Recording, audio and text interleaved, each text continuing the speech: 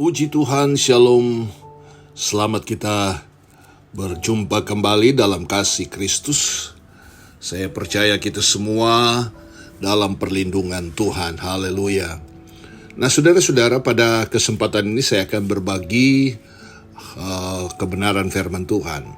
Di dalam Mazmur pasal 90 ayat 12, di sana dikatakan, ajarlah kami menghitung hari-hari kami, sedemikian hingga kami beroleh hati yang bijaksana. Haleluya. Saudara-saudara dalam kasih Tuhan, setiap hari adalah hari baru. Dan satu hari hanya dapat kita jalani satu kali saja. Kemudian hari tersebut berganti dengan hari berikutnya, yang sama lamanya, namun berbeda keadaannya. Hari yang telah kita lalui itu sudah menjadi masa lalu dan tinggal kenangan. Hari ini merupakan kesempatan, sedangkan hari-hari yang akan datang menjadi suatu pengharapan bagi kita. Karena begitu berharganya waktu, Daud berdoa kepada Tuhan agar ia diberi hati yang bijaksana, sehingga dapat memperhatikan hari demi hari dengan sungguh-sungguh, supaya tidak ada satu hari pun yang dilewatkan dengan percuma. Sebab itu selalu dia bersyukur dan memperhatikan hari-hari itu, sehingga hari-hari yang dia lewati adalah bermanfaat dalam hidupnya, dalam kehidupan rohani, dalam kehidupan jasmani. Nah, begitu juga kita yang telah dikaruniai Tuhan dengan banyak talenta.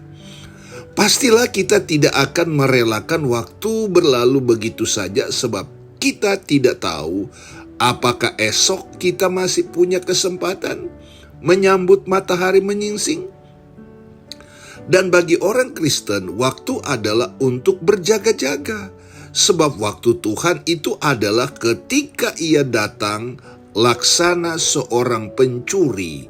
Kita baca itu di dalam Wahyu pasal 3 ayat 3. Biasanya pencuri mengintai kelengahan seseorang. Mungkin saat ia sedang tertidur pulas atau berpergian.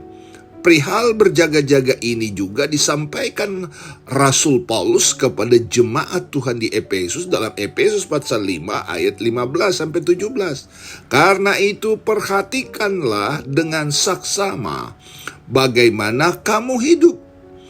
Janganlah seperti orang bebal, tetapi seperti orang arif.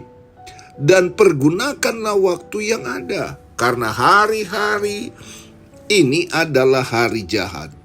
Sebab itu janganlah kamu bodoh, tetapi usahakanlah supaya kamu mengerti kehendak Allah. Haleluya. Jadi saudara, kita harus selalu waspada dan tidak lengah sedetik pun.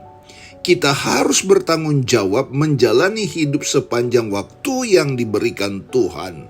Sebab waktu yang kita jalani ini sedang bergerak menuju kekekalan. Dan hidup yang kita jalani sekarang ini memiliki dampak kekekalan. Pertanyaannya, apakah hari-hari kita jalani sekarang ini sejalan dengan kehendak Allah? Seturut dengan kehendak Allah?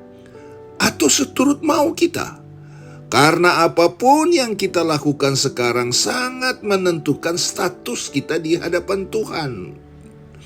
Maka dari itu, dalam 1 Petrus pasal 4 ayat 2, waktu yang sisa jangan kamu pergunakan menurut keinginan manusia, tetapi menurut kehendak Allah. Jadi saudara-saudara dalam kasih Tuhan, kita berdoa kepada Tuhan supaya kita berjalan sesuai dengan kehendak Allah. Kata pemazmur, ajarlah kami menghitung hari-hari kami sedemikian hingga kami memperoleh hati yang bijaksana. Jadi mari kita sensitif untuk memperhatikan waktu yang kita lalui dan jalani, supaya betul-betul kehidupan kita dalam mempergunakan waktu benar-benar bermanfaat, tidak sia-sia, tidak percuma. Karena itu semua akan menjadi sebuah kenangan ketika kita melewati semuanya itu.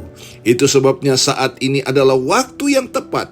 Hidup kudus, hidup benar, hidup melakukan kehendak Tuhan, patuh kepada kehendak Allah.